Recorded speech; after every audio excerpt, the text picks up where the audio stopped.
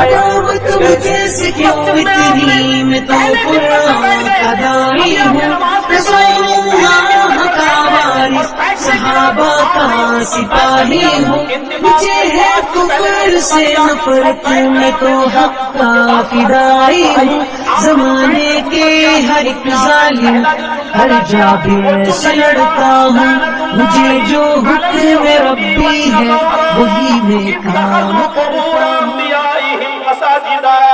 اللہ کی لعنت ہو یہودیوں پر، عیسائیوں پر، اللہ کی پھٹکارو یہود و نصارہ پر، جنہوں نے اپنے اپنے نبیوں کی قبروں کو سجدہ کرنے کی جگہ بنا لیا، اپنے اپنے نبیوں کی قبروں کو مسجد بنا لیا۔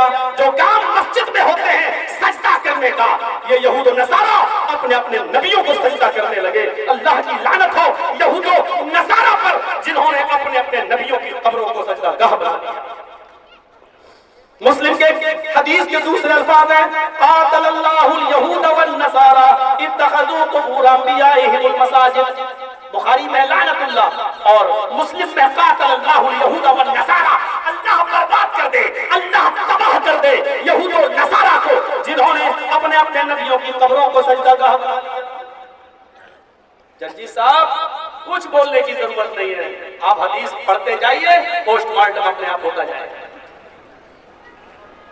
کیا ضرورت ہے نام لینے کی؟ مرے ہوئے کو کیا معلوم؟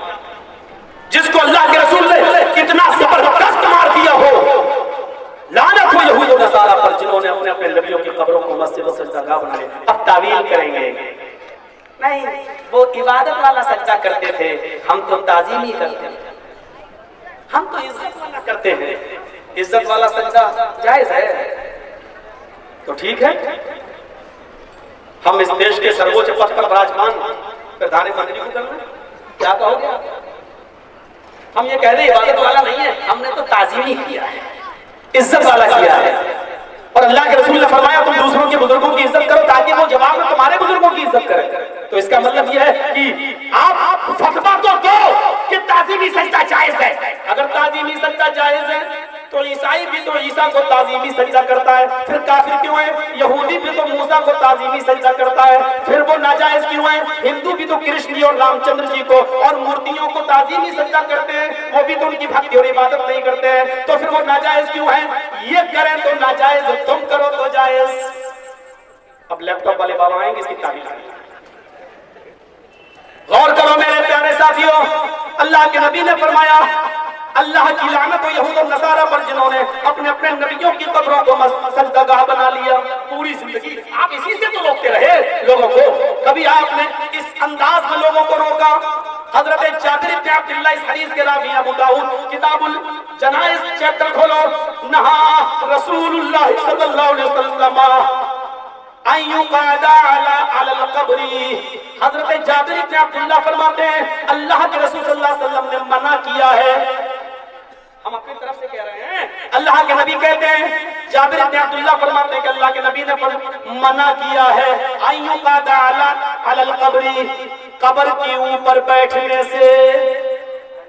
یہاں تو بیٹھیں گے نہیں تو انکم ہی نہیں ہوگی۔